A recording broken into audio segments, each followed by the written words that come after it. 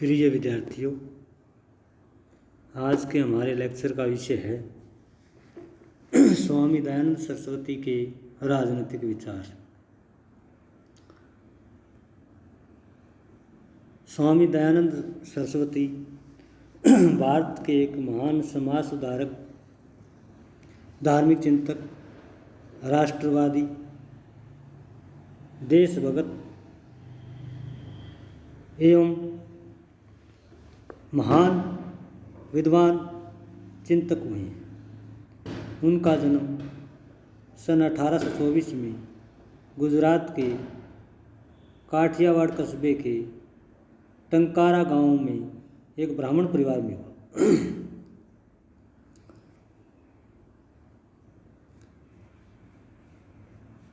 उनके पिताजी श्री कृष्ण तिवारी एक धनी जमींदार थे।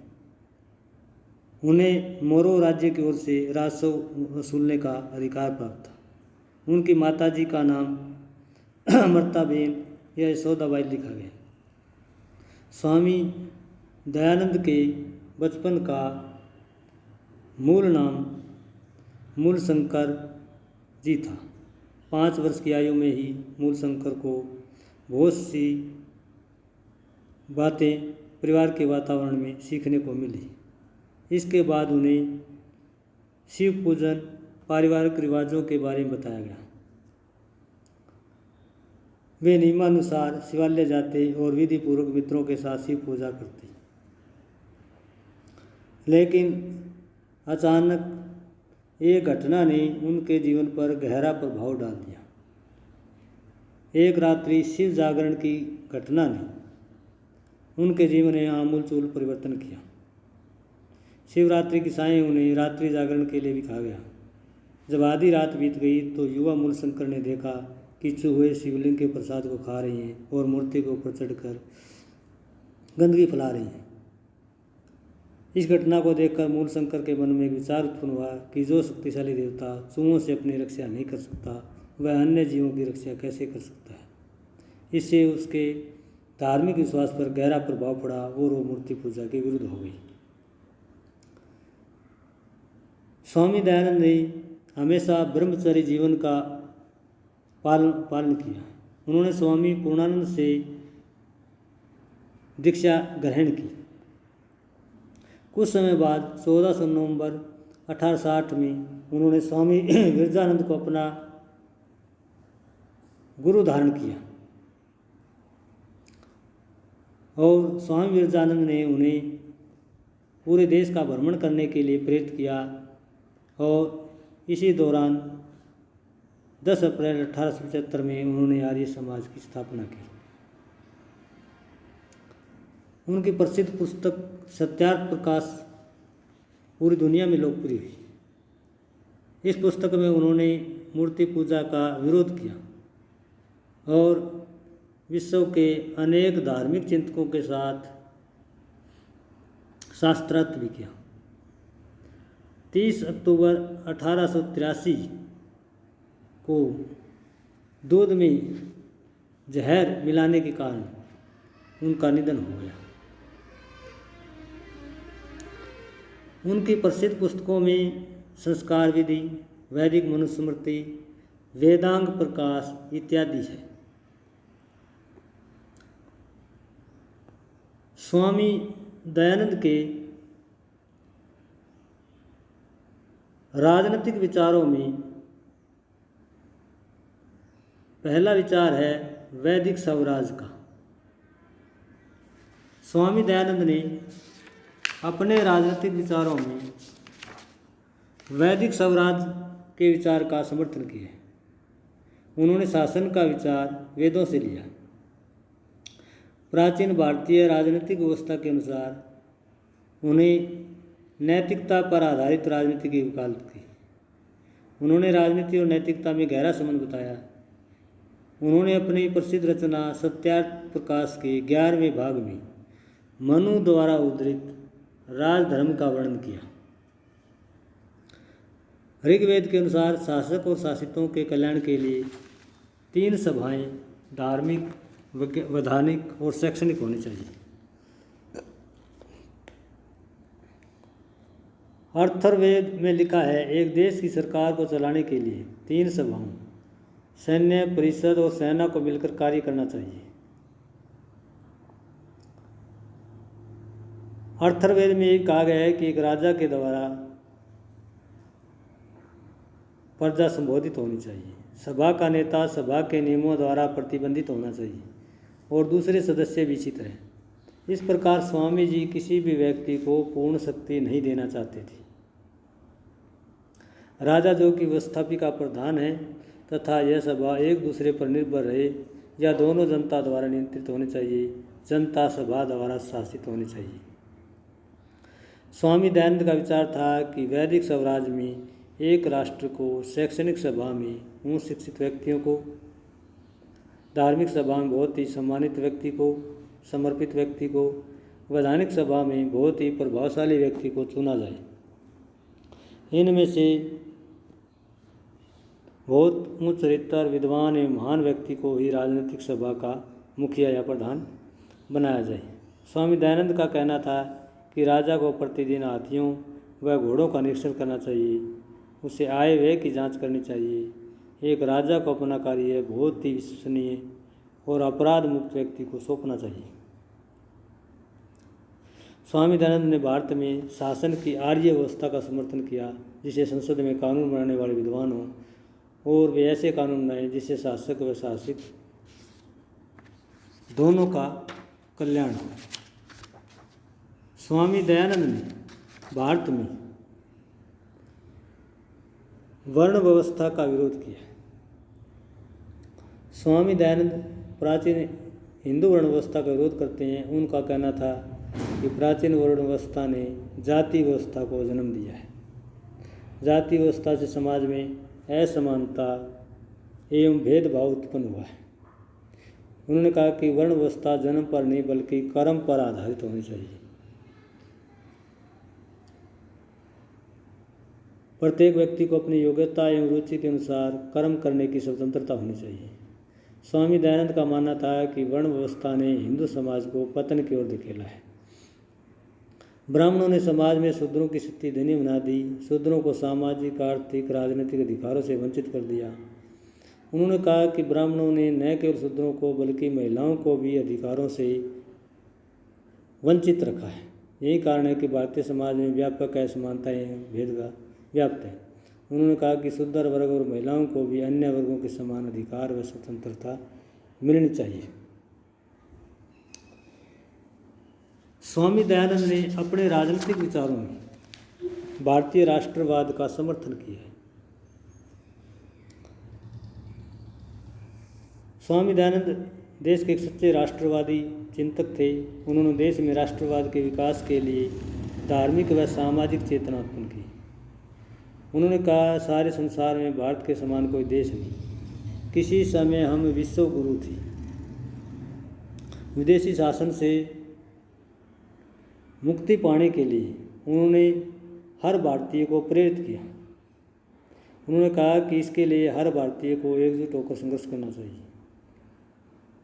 उन्होंने कहा, सांप्रदायिक भेदभाव से मुक्त, जाति पूर्वाग्रह के आधार पर पक्षपात शून्य विदेशी राज्य यदि न्याय सहानुभूतिपूर्ण भी हो तो विश्व शासन का स्थान कभी नहीं ले सकता। स्वामी जी ने स्वशासन की आवश्यकता पर बल दिया। भारत की स्वाधीनता के लिए उन्होंने समस्त भारतीयों को प्रतिदिन प्रभु से यह प्रयास करने के लिए कहा, हे परमेश्वर, शासकों पर भी शासन करने वाले सर्वोच्च शासक शक्ति, शरीर और मन प्रदान कराने वाले एवं अन्य वह सभी उत्कृष्ट गुण जिनके कारण हम स्वतंत्र सार्वभौम स्वशासन का उपयोग करने में समर्थ हों। हे प्रभु, आप ऐसी कृपा कीजिए कि हमारा देश कभी किसी विदेशी द्वारा आक्रांत न हो। हम अपनी स्वाधीनता खोकर कदापि विदेशियों के अधीन न हो। आर्य समाज का धर्म राष्ट्रीयता है और राष्ट्रीय राजनीति इसके सदस्यों को प्रभावित करती है। स्वामी दयानंद ने भारत के लोगों में व्यक्तिगत नैतिकता, पवित्रता और सामाजिक पुनर्निर्माण की आवश्यकता पर बल दिया। उन्होंने देशवासियों को सामाजिक चरित्र में सुधार लाकर उनमें अंग्रेजों की तरह निर्भरता का संचार करने की प्रेरणा दी।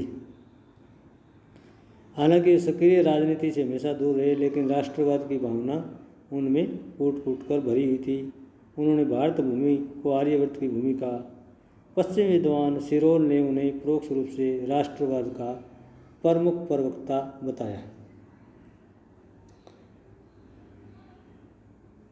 स्वामी दयानंद ने अपने राजनीतिक विचारों में प्रबुद्ध राजतंत्र में विश्वास जताया है। उनका कहना था कि राजतंत्र एक ऐसी शासन प्रणाली है जिसमें देश प्रगति व विकास के रास्ते पर आगे बढ़ सकता है।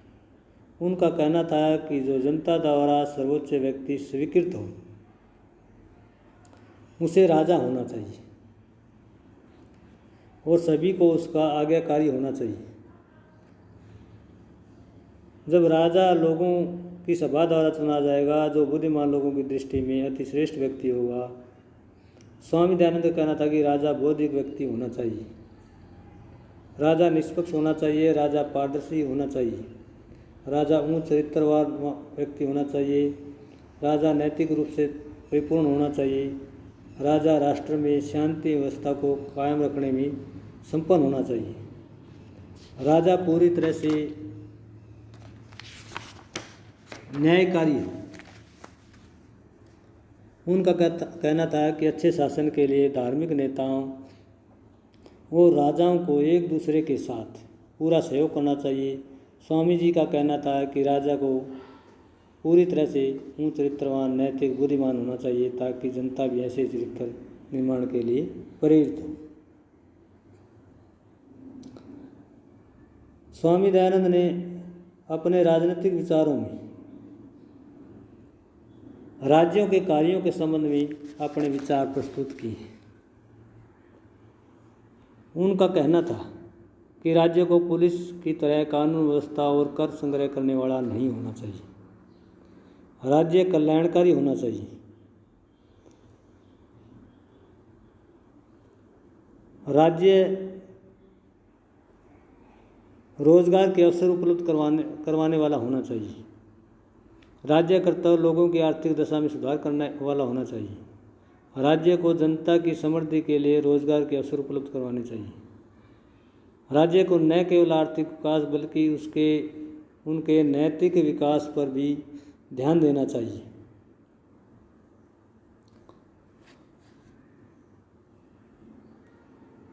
और स्वामी दयानंद का कहना था कि राज्य को अपनी सीमाओं की सुरक्षा करने में पूरी तरह से सक्षम होना चाहिए ताकि राज्य के अंदर रहने वाले लोग निर्भीक होकर देश के विकास में अपना योगदान दे सकें। उनका कहना था कि राज्य को इतना सक्षम होना चाहिए कि कोई विदेशी ताकत उनकी सीमाओं का अतिक्रमण न कर सके। स्वामी दयानंद ने अपने राजनीतिक विचारों में धर्म एवं राजनीति से संबंधित विचारों को भी स्पष्ट किया है। स्वामी दयानंद ने अपने राजनीतिक विचारों में धर्म और राजनीति को परस्पर अंतः संबंधित बताया है। उनका कहना था कि धर्म व राजनीति को अलग नहीं किया जा सकता। धर्महीन राजनीति कोई परिणाम उत्पन्न नहीं कर सकती। वे मानते थे कि राजनीतिक व्यवस्था पर धार्मिक व्यवस्था का नियंत्रण होना चाहिए। उन्होंने अपने राजनीतिक विचारों में राज्यसभा पर धर्म सभा के नियंत्रण का समर्थन किया। उनका कहना था कि राजनीतिक व्यक्तियों पर धार्मिक व्यक्तियों का नियंत्रण होना चाहिए। उनका मानना था कि धर्म के प्रभाव से ही राजनीति पवित्र होती है, इसलिए धर्म को राजनीति से अलग नहीं किया जा सकता। स्वामी दयानंद ने भारत में प्रजातंत्र के विकेंद्रीकरण का समर्थन किया।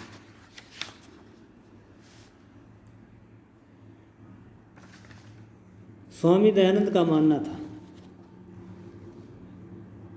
कि शासकों को ग्रामों के मध्य एक प्रशासनिक कार्यालय रखना चाहिए। वहाँ अनेक अधिकारी हों जो राज्य कार्य का संचालन करें। एक ग्राम के लिए वह एक शीर्षस्थ अधिकारी रखे।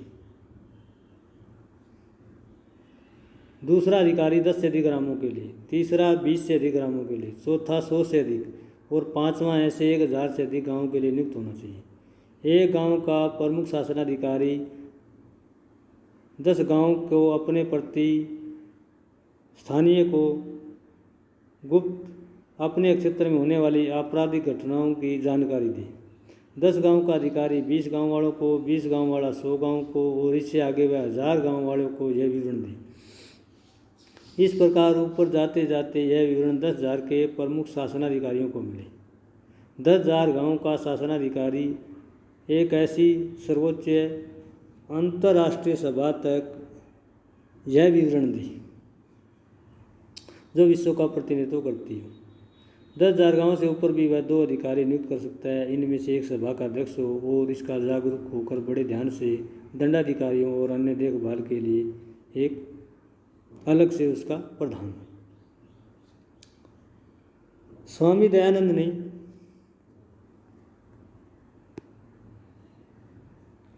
अपने राजनीतिक विचारों में अहिंसा के विचार का समर्थन किया। उन्होंने आजीवन अहिंसा के विचार का पालन किया। उनके विरोधियों के द्वारा अनेक बार उन पर जानलेवा हमला किया गया। वे मृत्यु तक अहिंसा का पालन करते रहे।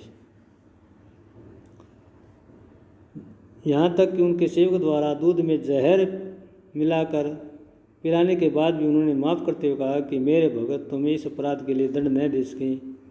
उनका विचार था कि हमें हिंसा से हिंसा और घृणा से घृणा को समाप्त नहीं कर सकते। उनका हिंसा संबंधी विचार मनुस्मृति पर आधारित था। उन्होंने कहा कि स्वस्थ समाज की स्थापना के लिए असामाजिक तत्वों के साथ सख्ती से निपटना चाहिए। उन्होंने कहा कि समाज में अपराधियों के दंड का विधान होना चाहिए। उन्होंने कहा कि एक व्यक्ति को कठोर दंड देने से समाज में इस तरह के अपराधों पर पूरा नियंत्रण हो सकता है। अगर बिना अपराध की जांच किए यह दंड दिया जाता है तो पहले वाले दंड से हजारों गुना भारी होगा और यह अपराधों की संख्या में वृद्धि करेगा।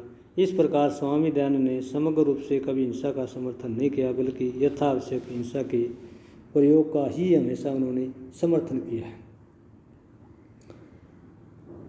स्वामी दयानंद ने अपने राजनीतिक विचारों में लोकतांत्रिक व्यवस्था का समर्थन किया है। उनका लोकतांत्रिक व्यवस्था में गहरा विश्वास था। उन्होंने आर्य समाज की संगठनात्मक संरचना का लोकतांत्रिक व्यवस्था के आधार पर चयन किया। उन्होंने इस संगठन में शीर्ष स्तर से निम्न स्तर के पदाधिकारियों का चयन निर्वाचन के आधार पर किया। उन्होंने पूरे देश में भ्रमण करके आर्य समाज की शाखाएं स्थापित की। उन्होंने वेदों और मनुस्मृति का अध्ययन करके भारत के गौरवमयी इतिहास से प्रेरणा लेकर देश में लोकतांत्रिक व्यवस्था के गठन पर बल दिया। स्वामी दयानंद ने कहा कि प्राचीन भारत में राजा का चुनाव होता था और वह तब तक अपने पद पर बना रहता था जब तक कि उसे जनता चाहती थी। उनका विचार था कि वर्तमान समय में भारत के लिए लोकतांत्रिक व्यवस्था ही उपयुक्त संस्था है। उन्होंने कहा कि हमारी सामाजिक और राजनीतिक ढांचे में लोकतंत्री संस्थाओं का समावेश होना चाहिए। अपनी प्रसिद्ध पुस्तक सत्यार्थ प्रकाश में उन्होंने कहा, किसी व्यक्ति में पूर्ण शक्ति नहीं होती। राजा जो सभा का अध्यक्ष होता है और सभा दोनों एक दूसरे पर अंतर्निर्भर होने चाहिए। राजा जो है पूरी तरह से जन इच्छा का प्रतिनिधि है।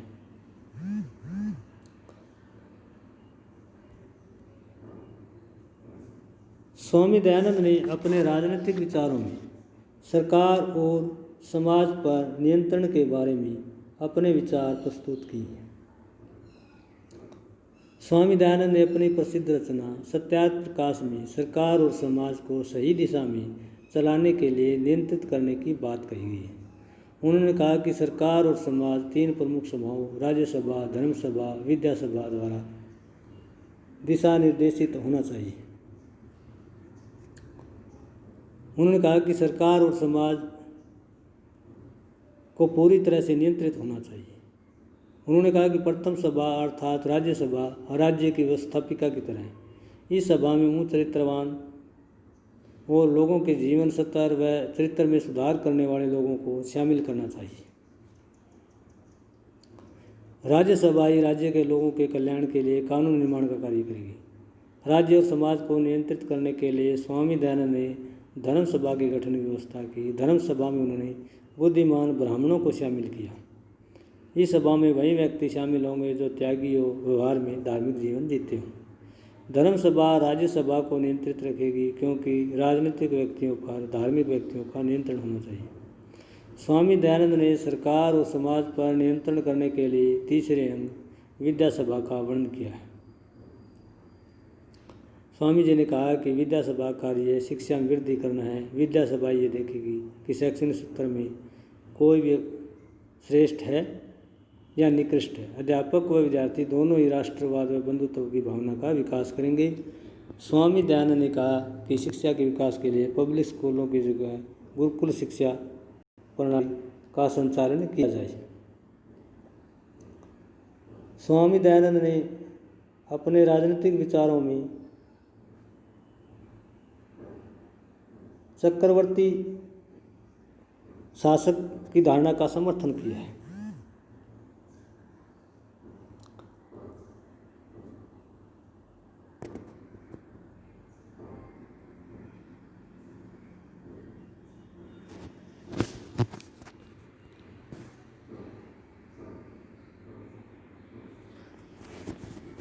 स्वामी दयानंद ने कहा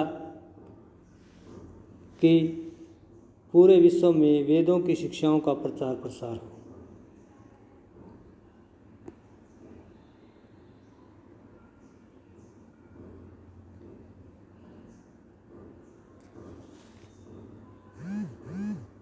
यह लोगों के नैतिक विकास में वृद्धि करे। उनका विचार था कि वैदिक ज्ञान से परिपूर्ण चक्रवर्ती शासक ही पूरी दुनिया के कल्याण का ध्यान रख सकता है।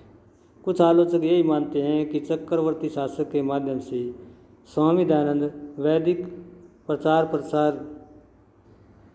के माध्यम से भारत को एक साम्राज्यवादी देश बनाना चाहते थे। वैदिक विश्व के माध्यम से वे पूरी दुनिया में धार्मिक अंधविश्वासों एवं सामाजिक कुरीतियों को पूरी तरह से समाप्त करना चाहते थे। वे चाहते थे कि पूरे विश्व में लोग सत्य धर्म का पालन करें। वे चाहते थे कि पूरे विश्व में सत्य धर्म का पालन करने के साथ साथ सभी लोग पाखंड को समाप्त करने के लिए हमेशा प्रयास करें। स्वामी दयानंद ने अपने राजनीतिक विचारों में दैवीय सत्ता की धारणा का भी समर्थन किया है। स्वामी दयानंद ने कहा कि संसारी सत्ता की जगह दैवीय सत्ता के कारण ही आध्यात्मिक शक्तियों में उनका गहरा विश्वास। वे मानते हैं कि संसारी सत्ता में अयोग्य, अज्ञानी, भ्रष्ट व्यक्ति शामिल हो सकते हैं, लेकिन दैवीय सत्ता में ऐसे लोगों का कोई अस्तित्व नहीं। दैवीय सत्ता में प्रत्येक व्यक्ति को विश्वास रखना चाहिए। हमें संसारी नियमों की तुलना में दैवीय नियमों का अनुसरण करना चाहिए, क्योंकि दैवीय नियम पूरी तरह से धर्म संगत है, ईश्वर सम्मत है। दैवीय सत्ता के महत्व को देखते हुए उन्होंने कहा, हम इस विश्व के स्वामी प्रजापति ईश्वर की प्रजा है, जो राजाओं का राजा है। वह सच्चा शासक है, हम सब उसके विनम्र सेवक हैं। इस प्रकार स्वामी दयानंद ने विश्व के सभी प्राणियों को सर्वोच्च दैवीय शक्ति ही संसार में सर्वोच्च है और सभी प्राणी उस सर्वोच्च शक्ति के सेवक हैं और उसके आदेशों निर्देशों का पालन करने के लिए पूरी तरह से प्रतिबद्ध हैं। स्वामी दयानंद ने अपने राजनीतिक विचारों में इस तरह की दैवीय सत्ता का पूरी तरह से समर्थन किया है, जिसके प्रति हमें सबको विनम्र होना चाहिए। हम सबको उसकी आज्ञा का पालन करना चाहिए। स्वामी दयानंद ने अपने राजनीतिक विचारों में मानवतावादी विचारों को मानवतावादी चिंतन का हमेशा समर्थन किया। पूरे विश्व में उन्हें एक मानवतावादी चिंतक के रूप में जाना जाता है। उन्होंने हमेशा वैश्विक भलाई के लिए प्रयास की। उनका विचार विश्व बंधुत्व का विचार था। उनका विचार था कि वैदिक शिक्षा न केवल भारत के लोगों के लिए लाभदायक है, बल्कि पूरे विश्व में मानवता के कल्याण के लिए सहायक है। उन्होंने पूरे विश्व में आर्य समाज के महत्व को रेखांकित करते हुए कहा, आर्य समाज का मुख्य उद्देश्य है पूरे समाज की भलाई करना है, पूरे विश्व की भलाई करना है। मैं उस धर्म में विश्वास रखता हूँ जो सार्वभौमिक नियमों पर आधारित हो, जिसमें वह हो और जो अनुवर्ती युगों में भी प्रासंगिक होकर सर्वत्र अनुकरणीय हो। केवल मात्र वही मेरे लिए स्वीकार्य माना जाए। स्वामी दयानंद द्वारा सभी युगों में प्रमाणित व स्वीकार्य मानने के लिए प्रेरित किया। स्वामी दयानंद वास्तव में विश्व बंधुत्व का प्रचार प्रसार करके मानवता का कल्याण करना चाहते थे। वे धार्मिक दृष्टि से उदारवादी चिंतक थे। उन्होंने स्वयं कहा, हम सभी विदेशियों से ही एक ऐसा व्यवहार करते हैं जैसा हम अपने देशवासियों से करते हैं। यह जहाँ तक मानव जाति के उन्नयन का प्रश्न है, हमारे लिए ऐसा व्यवहार शोभनीय है। डॉक्टर वीपी वर्मा ने उनके अंतर्राष्ट्रीय दृष्टिकोण पर टिप्पणी करते हुए कहा, यह एकमात्र प्रचारक का कल्पनाप्रवण अंतर्राष्ट्रीयवादी था कि ऐसे मसीहा का जो दिन की अत्यंत उत्सुकता से प्रतीक्षा कर रहा था, जो समस्त विश्व वेदानुसार आचरण करने में प्रवृत्त होगा। स्वामी दयानंद न केवल 19वीं शताब्दी के महान भारतीय हैं, वे न केवल विश्वामित्र, नारद और शंकर की वंश परंपरा वृद्धि कर रहे हैं, बल्कि इतिहास में मानवता के आधुनिक मुक्ति प्रदाताओं की पंक्ति के ऊंचासन पर वह प्रतिष्ठित है। इस प्रकार विद्वानों की टिप्पणी से पता चलता है कि स्वामी दयानंद वास्तव में एक अंतर्राष्ट्रीयवादी चिंतक थे।